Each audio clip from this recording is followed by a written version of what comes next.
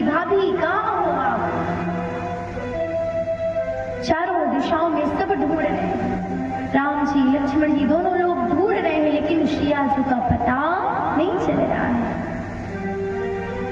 प्रभु ढूंढ ढूंढ के व्याकुल हो गए, थोड़ा आगे बढ़े तो जटायु जी से भेंट हुई। जटायु जी ने सारी बात बताया और बताते हैं कि किस प्रकार रावण हरण करके ले गया।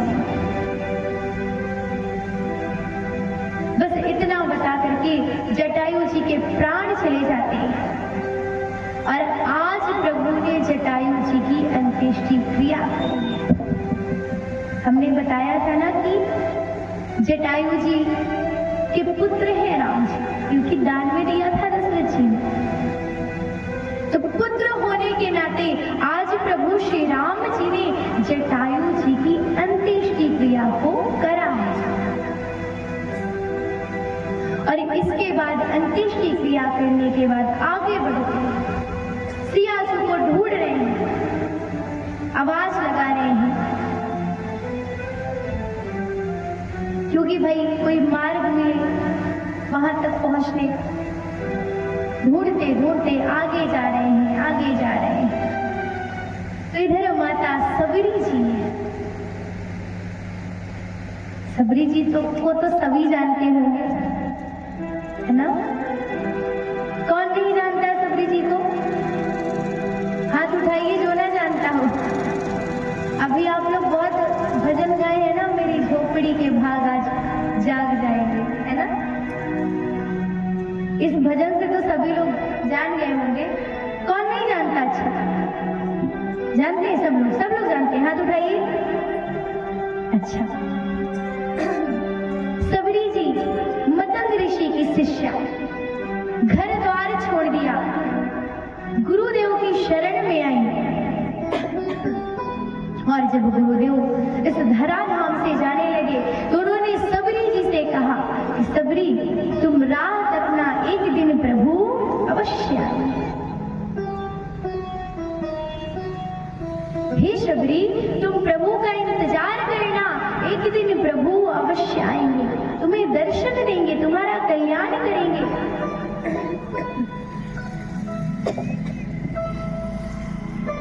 सबरी जी रोज रास्ते में पुष्प बिछाती, रोज फल तोड़ती और फलों को स्वयं छकती। कहीं फल मीठे ना हुए और प्रभु को अच्छे नहीं लगे तो ये भाव है।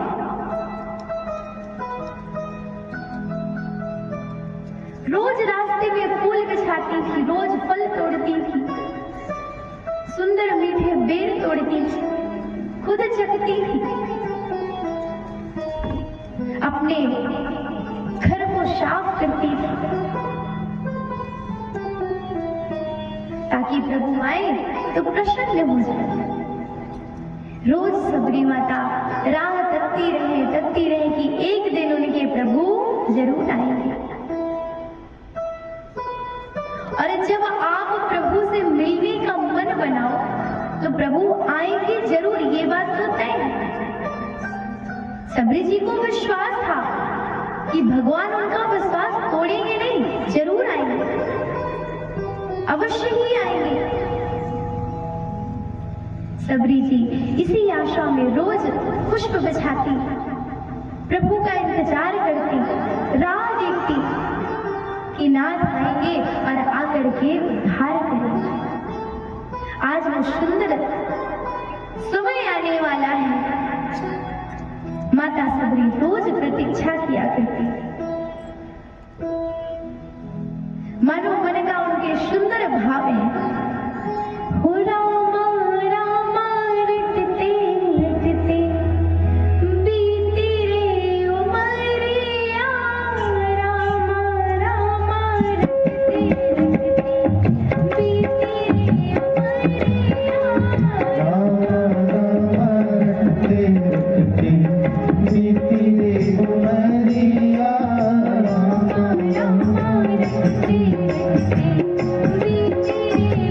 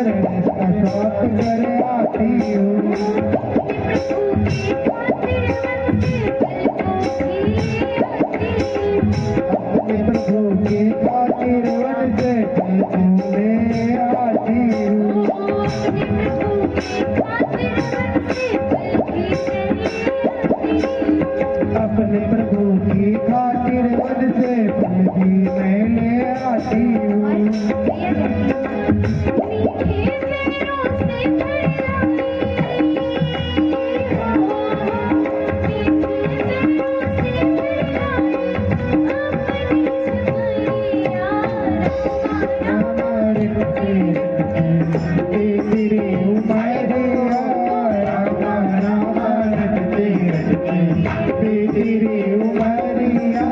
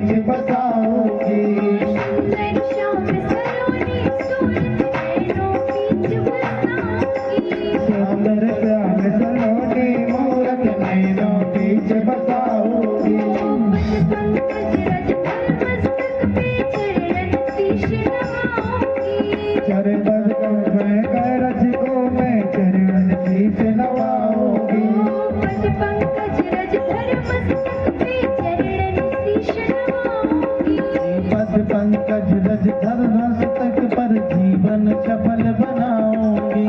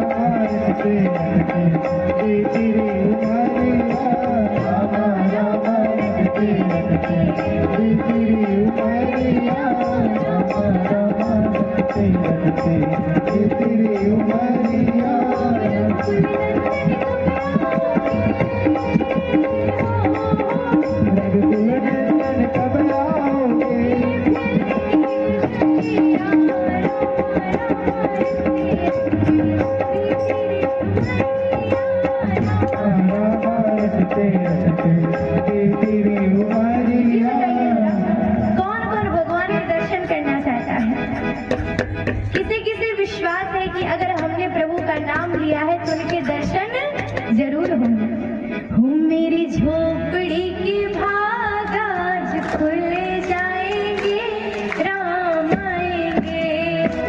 मेरी झोपड़ी की भाग आज खुल जाएंगे, राम आएंगे।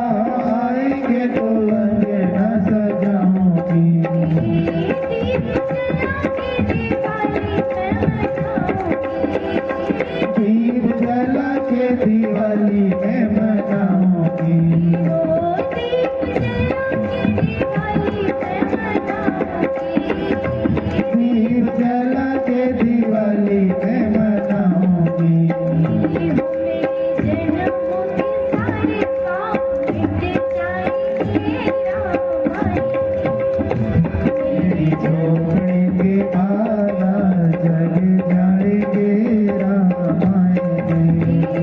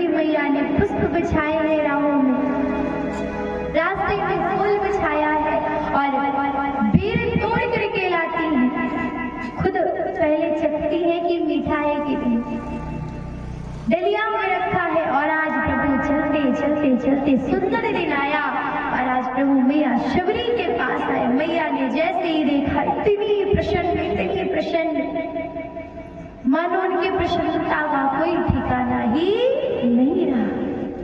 बहुत प्रसन्न है, इतनी ज्यादा प्रसन्न है।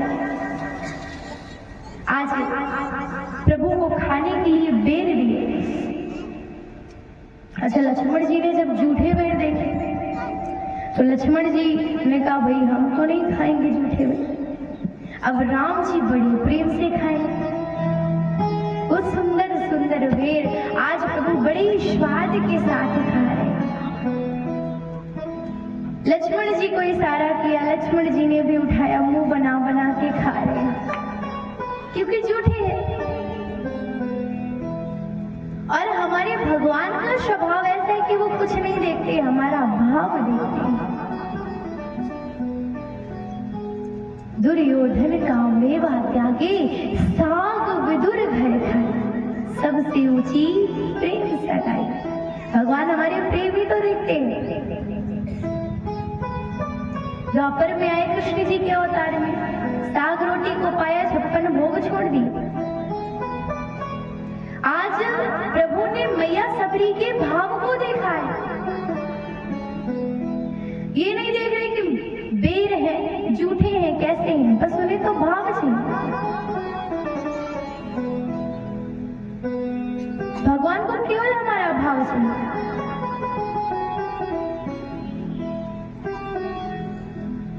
ये बताइए, भगवान के पास किसी चीज की कमी है क्या? वही तो हमें सब कुछ दे रहे हैं। तो अब हम उनको कुछ अच्छा से अच्छा यदि दे सकते हैं तो क्या दे? भाव। भाव से अच्छा कुछ नहीं दे सकते उनको। रामायण में, रामचरितमानस में ये जो इतनी सुंदर सुंदर कथाएं हैं जिनसे हमें प्रेरणा ही मिलती है, चाहे वो भरत जी का चरित्र सुनिए, चाहे वो माता शबरी का सुंदर चरित्र सुनिए।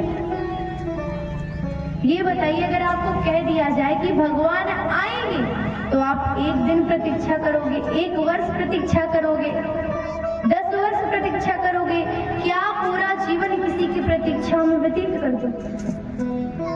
बताओ, क्या आप अपना पूरा जीवन किसी की प्रतीक्षा में व्यतीत करोगे? लेकिन माता सबरी ने किया ना व्यतीत। माता सबरी ने किया, तभी तो उनको प्रभु की प्राप्ति हुई। कहते हैं मनुष्य के जीवन में धैर्य होना अति आवश्यक है, संतोष होना अति आवश्यक है। क्या कोई साधारण प्राणी इतने वर्षों तक प्रतीक्षा करेगा किसी? यदि करे तो जिस प्रकार माता सबरी को प्रभु की प्राप्ति हुई, उसी प्रकार उस प्राणी को भी हो जाएगी। यदि हमें धैर्य है तो हमारा जीवन सार्थक है, जीवन का मूल्य है। अगर धैर्य नहीं है तो सब कुछ बेकार है। तो इसीलिए जीवन में धैर्य का होना अति आवश्यक है। अगर हम मानस की, रामायण की कथाओं को सुन लें तो हमें साक्षात प्रभु की प्राप्ति हो जाती है। हम इतने अच्छे देश में हैं जहाँ पर गीता के श्लोक सुनाए जाते हैं। अच्छा, जैसे गीता की बात आई है, श्रीमद् भगवत गीता जानते हैं? जानते हैं श्रीमद् भगवत गीता, जिसमें प्रभु श्री कृष्ण ने अर्जुन को उपदेश दिया, जो महाभारत का भाग है, भीष्म पर्व का। तो उस श्रीमद् भगवत गीता में मनुष्य जीवन में क्या करे, क्या ना करे, किस प्रकार अपने जीवन को जिए, सब कुछ लिखा हुआ है। जैसे अगर हम कोई बाजार से खिलौना लेकर के आए, ध्यान से सुनिएगा बात, अगर हम बाजार से कोई खिलौना लेकर के आए, इलेक्ट्रॉनिक खिलौना हो, तो उसके साथ एक हमको मैनुअल पीस मिलती है ना, जिसमें लिखा रहता है कि हाँ इसको यूज कैसे करेंगे। उसमें लिखा होता है कि हम इसके खिलौने को कैसे चलाएं, इसको कैसे यूज करें, और हम उसे पहले पढ़ते हैं, फिर खिलौना को चलाते हैं तो वो अच्छे से काम करता है। तो इसी प्रकार ये जो श्रीमद् भगवत गीता है, ये भी हमारे जीवन का एक मैनुअल पीस है, जिसमें लिखा हुआ है कि मनुष्य को अपने जीवन को किस प्रकार से चलाना चाहिए, किस प्रकार से अपने जीवन को व्यतीत करना चाहिए। अगर मानस सुन रहे हैं, मानस की चौपाई पढ़ रहे हैं, तो वो भी हमें बता रही है कि हम अपने जीवन को कैसे व्यतीत करें, कैसे चलाएं अपने जीवन को। और जिस भी व्यक्ति ने मानस पढ़ लिया, चौपाई पढ़ ली, प्रभु के चरित्र को सुन लिया, उसे साक्षात प्रभु श्री राम की प्राप्ति होती है। रामायण से राम मिले, गीता से मिल गया ज्ञान। रामायण से राम मिले, गीता से मिल गया ज्ञान। सौभाग्य से हिंदू धर्म मिला और किस्मत से हिंदुस्तान। हमारा तो सौभाग्य है जो हम सभी हिंदुस्तान में हैं। इतना अच्छा धर्म है हिंदू धर्म, इतनी सुंदर कथाओं को सुनते हैं। आप ये बताइए, जो अन्य धर्म है, मनुष्य जीवन में कभी कभी ऐसी परिस्थिति आती है कि समझ में नहीं आता करे तो क्या करे। लेकिन हमारा कितना सौभाग्य है कि चाहे प्रभु श्री राम की कथा सुन लो तो शांति मिल जाएगी, पता चल जाएगा कि इस स्थिति में हम क्या करें। भगवत गीता पढ़ लो, पता चल जाएगा इस स्थिति में क्या करें। भागवत सुन लो, पता चल जाएगा जीवन में क्या ना करें। जैसे भागवत जी में वर्णन आता है पांडवों के जुए का। जुआ खेलते हैं जिससे महाभारत होती है। तो प्रभु श्री कृष्ण की कथा हमको सिखा रही है कि मनुष्य को जुआ नहीं खेलना चाहिए, मनुष्य को ये कार्य नहीं करना चाहिए, नहीं तो उसका हित होगा।